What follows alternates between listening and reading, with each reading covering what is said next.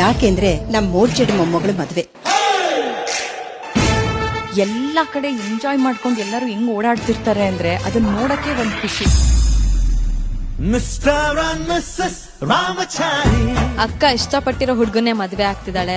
ಅವಳು ಒಪ್ಸೋದಕ್ಕೆ ಎಷ್ಟು ಹರಸಾಹಸ ಮಾಡಿದಾಳೆ ಅಂತ ನಾನ್ ನೋಡಿದೀನಿ. ಎಲ್ಲರ ಆಶೀರ್ವಾದದೊಂದಿಗೆ ಅವಳು ಮದ್ವೆ ಆಗ್ತಿದ್ದಾಳೆ.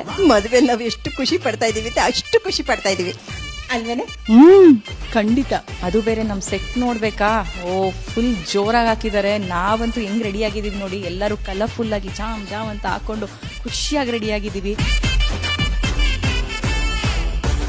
ಬರೀ ಆರ್ಟಿಸ್ಟ್ಗಳು ಅಷ್ಟೇ ಕಷ್ಟಪಡ್ತಿಲ್ಲ, including technicians from almost 1.5 week ಇಂದ ಎಷ್ಟು ಹರಸಾಹಸ ಮಾಡ್ತಿದೀವಿ ಅಂದ್ರೆ ಒಂದೊಂದು ಸೀನ್ಸ್ ಬಿಡಿ, ಅಳೋ ಸೀನ್ ಮಾಡ್ತೀವಿ, ನಗೋ ಸೀನ್ ಮಾಡ್ತೀವಿ, ಎಲ್ಲ ಮಾಡ್ತೀವಿ. ಆದ್ರೆ ಈ ಸೆಟ್ಟಲ್ಲಿ ನಾವಿದೀವಲ್ಲ, ಅದು ಮಜವೋ ಮಜಾ ಮಜಾ ಮಜಾ. ಅಕ್ಕನ ಮದ್ವೆ ಸಂಭ್ರಮದಲ್ಲಿ ಅವಳು ಮದ್ವೆ ಸಂಭ್ರಮ ಎಷ್ಟಾಗಿದೆಯೋ ನನ್ನ ಮದ್ವೆ ಸಂಭ್ರಮ ಕೂಡ ಅಷ್ಟೇ ಅರ್ಧ ಆಗೋಗಿದೆ.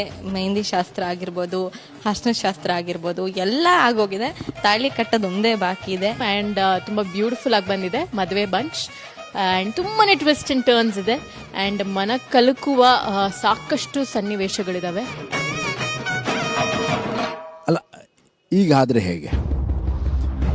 ಅವನು ಇಷ್ಟವಾಗಿರೋ ಹುಡುಗಿನೇ ಇನ್ನೊಬ್ಬ ಯಾರೋ ಮದುವೆ ಆಗೋ ಹಾಗಾದ್ರೆ, ಅಥವಾ ಅವನು ತಾನಿಗಿಷ್ಟವಿಲ್ಲದೆ ಇರೋರ ಜೊತೆ ಜೀವನ ಮಾಡೋವಾಗಾದ್ರೆ, ಈ ಆದರೆಗಳ ಈ ರೇಗಳ ಪ್ರಪಂಚದಲ್ಲಿ ಅವನನ್ನು ಹೇಗೆ ಸಿಕ್ಕಾಕಿಸ್ಬೋದು? ನನ್ ಗಂಡ ಮಾಡಿರೋ ಮಾಸ್ಟರ್ ಪ್ಲಾನ್ ಇಂದ ಅವನು ನಿತ್ಯನ ಮದ್ವೆ ಆಗ್ತಾನೋ, ನಿಧಿನ ಮದ್ವೆ ಆಗ್ತಾನೋ, ನನ್ಗೇನು ಗೊತ್ತಾಗ್ತಾ ಇಲ್ಲ. ನನ್ನ ಜೀವನದಲ್ಲಿ ಹೀಗಾಗತ್ತೆ ಅಂತ ನಾನು ಅನ್ಕೊಂಡಿರ್ಲಿಲ್ಲ. ಸೊ ಕೆಲವೊಂದು ಸಂದರ್ಭದಲ್ಲಿ ತ್ಯಾಗಮಯಿ ಆಗ್ಬೇಕಾಗೋ ಪರಿಸ್ಥಿತಿ ಬರುತ್ತೆ. ಸೊ ತ್ಯಾಗಮಯಿ ಆಗಿದ್ದೀನಿ. ಕಣ್ಣು ಕಾಣೋ ಸತ್ಯ ಒಂದಾದ್ರೆ ಕಣ್ಣು ಕಾಣದಿರೋ ಸತ್ಯ ಇನ್ನೊಂದಿರುತ್ತೆ. ನಮ್ಮ ಜೀವನನೂ ಕೂಡ ಹಾಗೆ. ನಾವು ಪ್ಲಾನ್ ಮಾಡಿರೋದು ಒಂದು, ಬಟ್ ವಿಧಿಭರ ಒಂದಿರುತ್ತೆ.